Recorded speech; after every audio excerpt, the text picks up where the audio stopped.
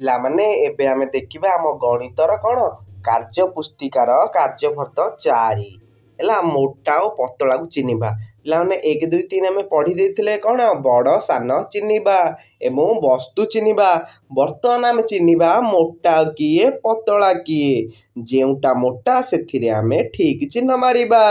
ତାହେଲେ କେଉଁ କୁକୁରଟା ମୋଟା ପିଲାମାନେ କହିଲ? ଏଇ କୁକୁରଟା ମୋଟା। ତାହେଲେ ଏଇଠି ଆମେ ଠିକ୍ ମାରିଲେ। ତାହେଲେ କେଉଁ ଝାଡ଼ୁଟା ମୋଟା?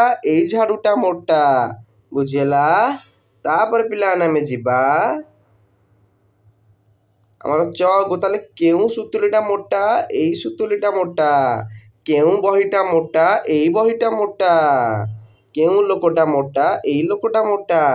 ତାହେଲେ ମୋଟୁ ପତଲୁ ପିଲାମାନେ ତମେ କାର୍ଟୁନ ଦେଖୁଥିବ, ମୋଟା ହେଉଛି ଇଏ। ବୁଝିହେଲା? ତାପରେ ପିଲାମାନେ ଆମେ ଯିବା କାର୍ଯ୍ୟଫର୍ଦ୍ଦ 4 ସରିଗଲା। ମୋଟା ପତଳା ଚିହ୍ନିଲେ।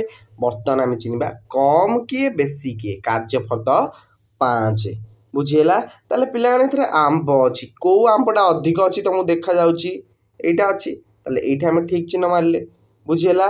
ତାପରେ ପିଲାମାନେ ଆମେ ଦେଖିବା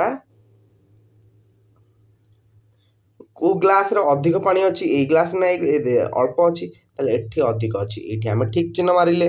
ତାପରେ କେଉଁଠି ଅଧିକ ଶୁଆ ଅଛନ୍ତି? ଏଇଠି ଅଛନ୍ତି। ବୁଝିହେଲା? ଏଠି ଆମେ ଠିକ୍ ଚିହ୍ନ ମାରିଲେ। ତାପରେ ଯିବା କେଉଁଠି ଅଧିକ ବିସ୍କୁଟ ଅଛି? ଏଇଠି ଅଛି। ତାହେଲେ ଏଇଠି ଆମେ ଠିକ୍ ଚିହ୍ନ ମାରିଦେବା। ବୁଝିହେଲା? ଇଏ ହେଲା କାର୍ଯ୍ୟଫର୍ଦ୍ଦ 5। ପିଲାମାନେ ଏବେ ଆମେ ଦେଖିବା କାର୍ଯ୍ୟଫର୍ଦ୍ଦ 6। ଭାରୀ ଓ ହାଲୁକା ବସ୍ତୁକୁ ଚିହ୍ନିବା। କେଉଁଟା ଭାରୀ କେଉଁଟା ହାଲୁକା। ତାହେଲେ କ ଆମକୁ ଦେଇଦେଇଛି। ତାହେଲେ ପିଲାମାନେ ଏଠି ଆମର ଏଇଟା ହେଉଛି ପର ହେଲା। ପାରାର ପର ଆଉ ଚାମୁଚ। ପରଟା ଦେଖିବ ହାଲୁକା, ତେଣୁ ପକ୍ଷୀ ଉଡ଼ି ପାରୁଛି। ଚାମୁକଟା ଓଜନିଆ, ତେଣୁ ଚାମୁକାରେ ଆମର ଠିକ୍ ମରା ହେଇଛି।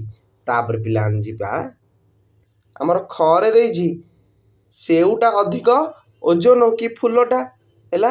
ତାହେଲେ ସେଉଟା। ବୁଝିହେଲା? ସେଉଟା ଉଠେଇବାକୁ ଆମକୁ ମାନେ ଟିକେ ଇଏ ଫୁଲଟା ଏମିତି ଧରିକି ଆମେ ଫିଙ୍ଗିଦେବା। ବୁଝିହେଲା? ତାହେଲେ ସେଉଟା ଅଧିକ ଓଜନ। ଠିକ୍ ମାରିଲେ। ସେମିତି ରସଗୋଲା କି ଆମର ଏଇଟା କ'ଣ? ଏଇଟା ହେଉଛି ବଟକରା, ଯେଉଁଥିରେ ଓଜନ ହୁଏ। ତାହେଲେ ଏଇଟା ଅଧିକ ହେବ। ଏଠି ଆମେ ଠିକ୍ ମାରିଲେ। ତାପରେ ନେକ୍ସଟ ପିଲାମାନେ ଆମେ ଯିବା କାଠ ଅଧିକ ଓଜନ ନା ପଥର। ପିଲାମାନେ ଏଇଟା ବଡ଼ ପଥର ଅଛି, ପଥରଟା ଅଧିକ ଓଜନ ହେବ। ବୁଝିହେଲା? ବର୍ତ୍ତମାନ ଆମେ ପିଲା ଦେଖିବା କାର୍ଯ୍ୟଫର୍ଦ୍ଦ 7 ଓସାରିଆ ଓ ଅଣ ଓସାରିଆ ଚିହ୍ନେଇବା। ବୁଝିହେଲା? ତାହେଲେ ଓସାରିଆ କେଉଁଟା?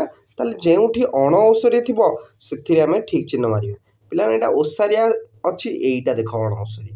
ଏଇଠି ଆମେ ଠିକ୍ ଚିହ୍ନ ମାରିବା। ପିଲାମାନେ ଓସାରିଆ କେମିତି ଚିହ୍ନିବା? ଅଣ ଓସାରିଆ କେମିତି ଚିହ୍ନିବା? ଦେଖ ପିଲାମାନେ ହେଲା। ଦେଖ ଏଇ ରାସ୍ତାଟାକୁ ଦେଖ। ତାହେଲେ ଏଇଟା ହେଲା ଆମର ଓସାରିଆ, କିନ୍ତୁ ଏଇଟା ହେଉଛି ଅଣ ଓସାରିଆ। ଏମିତି ଏମିତି ଯାଇଛି। ବୁଝିହେଲା? ତାହେଲେ ଏଇଟା ମଧ୍ୟ ଆମର ଅଣ ଓସାରିଆ ହେଲା। ବୁଝିହେଲା? ଏଇଟା ହେଲା ଆମର କ'ଣ? ଅଣ ଓସାରିଆ। ତାପରେ ନେକ୍ସଟ ପିଲାମାନେ ପରବର୍ତ୍ତୀରେ ଯିବା ହେଲା। କେଉଁଟା ଅଣ ଓସାରିଆ ହେବ? ଏଇଟା। ହେଲେ ଏଇଠି ଆମେ ଠିକ୍ ଚିହ୍ନ ମାରିଲେ।